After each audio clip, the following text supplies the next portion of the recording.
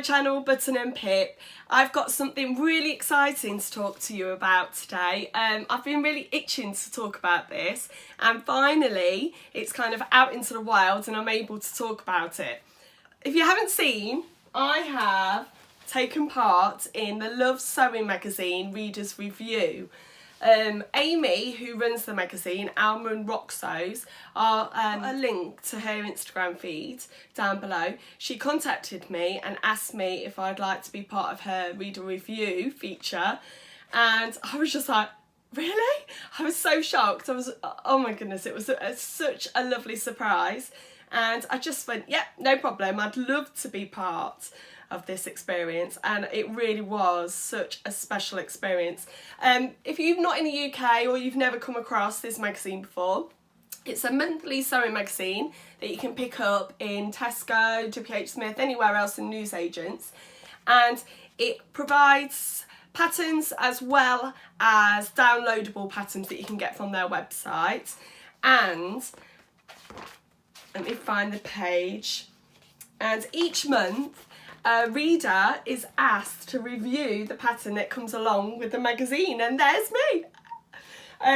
So you're given the pattern and just completely given free rein. You can choose what fabrics, what style that you can do, and you go along to a photo shoot. I'll talk about that more in a minute.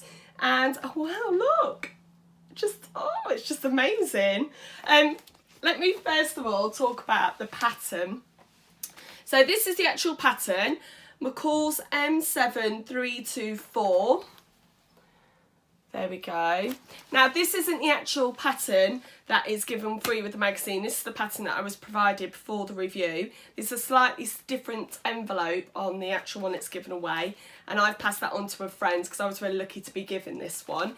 And I decided to make up A, which is a sleeveless tunic with sort of a dipped hem, but where you see it's a longer hem at the back, I actually changed it so that I've got the same length at the front and at the back, and I'll talk about that in a minute when I talk about how this went on. So yeah, and I was really lucky also to be given the fabric from Material Girl Laura, and I chose, put that there, this beautiful crepe, Lady McElroy crepe, that's kind of got this lovely geometric shape, and it's slightly heavier. Let me see what it actually talks about. Yeah, it says light to medium weight, so this is on the sort of the heaviest side that you could make this pattern with.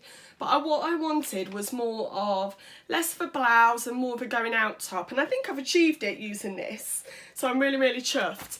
Before I cut into this, I actually did a toil. Now I never normally actually make a mock-up, I just normally go full in, but with this being a big 4, I've had a few problems in the past with sizing, so that was my first issue. First reason is to make it up, and also because this fabric's quite precious, I didn't want to make mistakes. I wanted to iron out, because we've got sort of a collar, stand and a button placket, so I wanted to make sure that I knew exactly what I was doing before I cut into this fabric. So this was just some light, this is actually lighter weight than this fabric is, so it didn't fully give true to like experience of how it would be to sew with this, but it helped me a lot. And this is the one that I originally made. Now I did make this one first of all with the back dipped hem longer, and when I tried it on, it's not actually my style. I don't normally wear sort of short at the back, long at the, no, short at the front, long at the back tops, so that sort of veered me towards changing it slightly. Now the one problem I really struggled with this was, if you see on this front, it's got a fold at the bottom of the button placket, and I really struggled to get that pleat in, and then to get the button placket, look at this one, it's a right mess, to sit neatly on the inside. So I messed around with this one for quite a while, and then I figured out what I could do is actually, instead of folding it and tacking it, to make the button plackets and then fold it in on itself, so that kind of works much better. But the collar came together really well, and it's got these lovely gathers also on the shoulders and on the back, so that was my practice. And then this was the actual one that I made up for the magazine. Now it's a size 10, and what I always follow with these, what I've learned to follow, is the finished garment measurements rather than my body measurements. So I went with a size 10, and then after wearing this one I noticed that the shoulders kind of came down. It was very loose around the armholes, so I graded down to a size 8 around the armholes, which actually worked really well and was really simple actually to do. And even though it gives you a pattern piece to make your own bias binding, because this is slightly thicker, I kind of felt that it wouldn't pleat and wouldn't fold as well. So I just bought some plain cotton bias binding and finished the arms with that. So let me just, there we go.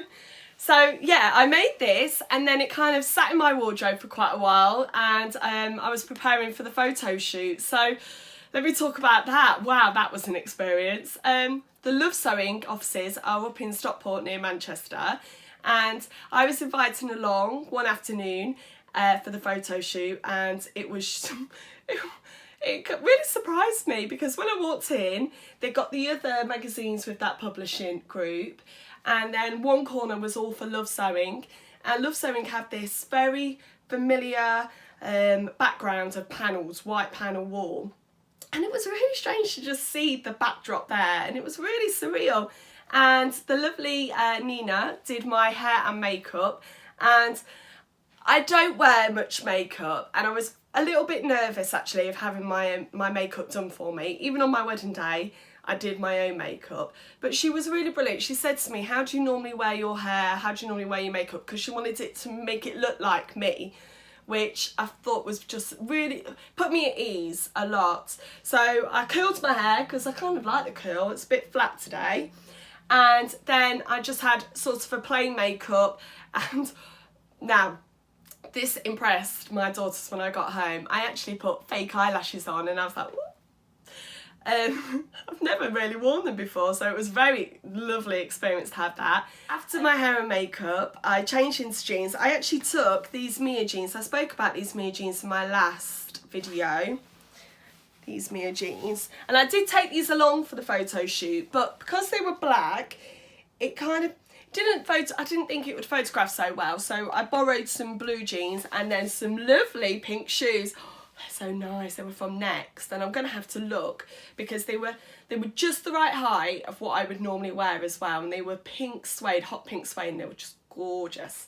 So yeah, I got changed, and then it was time for the photos, and no words of a lie, my lips were quivering. I was so nervous and I was shaking, and I didn't know what to do to start with. So yeah, it's really different when you're taking a photo on your phone compared to an actual professional setup. And it was brilliant. They kind of put me at ease. They put some music on, and yeah, it was so lovely. Oh, one thing as well, I took Laura along with me for the experience, and it was actually her birthday, so it was a right birthday celebration for her as well to come along with me. And I actually got some photos together with her, and I'll pop all these pictures up as I'm talking. So Laura's one of my friends that I've actually met through sewing, and it was really nice to sort of take her along with me, give me some support, and also for her to see where her fabrics go and sort of how all the photo shoot works. And it was just really, it was a lovely experience. So yeah, anyway, back to the photo shoot. So yes, I had to do little poses. You feel so self-conscious. They talk about taking tiny little movements each time, and I just felt like a fool. I felt like a real fool. But after the first sort of shoots, went along, had a look on the computer, and I was just like, wow, they turn out so well. Honestly, the team work just brilliantly together, and it was just really nice, and oh, I was just so flattered, and it was a lovely experience. So yeah, got some close-up photos, some photos from the back and so on. But yeah, so it was a whirlwind of an afternoon. It was just over within moments, and then it was a drive home. So we caffeined up, came home, and then it was just sort of sitting and waiting for the issue to come out. So, well, I'd seen my sister-in-law, who's got hers through early actually in the post. She sent me a photo of it and I was just like, my heart was pumping.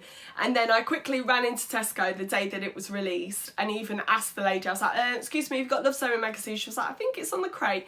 And it was like 6:45 and I was just so excited. I still can't believe when I open it up, there's me. Oh, but yeah, next month is Rudy. Now I've met Rudy actually at the dressmaker's ball, and I've spoken to her in the past actually online, and she is such a bright and cheerful character, so I really can't wait to see her dress. Yeah, so I really can't wait to see Rudy's. But oh, there's another photo actually that I didn't show you, which is with Amy, the editor. But yeah, thank you to Amy and her team for such an amazing experience. And it's just an experience I'm never going to forget. So yeah, thank you, thank you. And that's how it was. And I hope if you're watching this, you may be asked one day to be part of this, and just say yes, no matter if you're nervous or worried or very self-conscious. It's just one of those most amazing experiences, and the ladies just put me at ease, and it's just, you can tell I've really loved it. But yeah, thank you ever so much, and I'll be filming a vlog again very soon, because I've actually been really busy with sewing and not much for me really. I've made the girls things, I've got plans to make my husband some things, so yeah, it's a bit of a selfless sewing month actually. So I'll pop on again in next week and show you what I've been making. But have a lovely Easter, and it's meant to be a beautiful weekend this weekend. So whatever you're doing, have a lovely weekend, and speak to you again soon. Bye bye. So yeah, we've just got to Stockport. We've just gone for a quick Nando's. Cheeky. Gone for a quick walk around Dunelm, and now we're just going to go and find the offices for Love Sewing magazine. Oh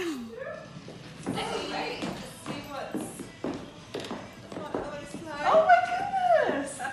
Oh wow! So,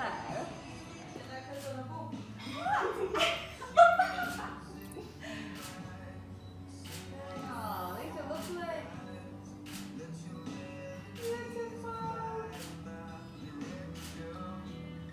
Okay. Hello. Just finished the photo shoot, and she was amazing. Oh, it was just so surreal. It was just, it went over in an absolute flash. And look at my makeup. I've never worn this much makeup before. My hair. Very, very lovely. Thank you everybody to Love Sewing for asking me along. It's just been an amazing experience. Thank you.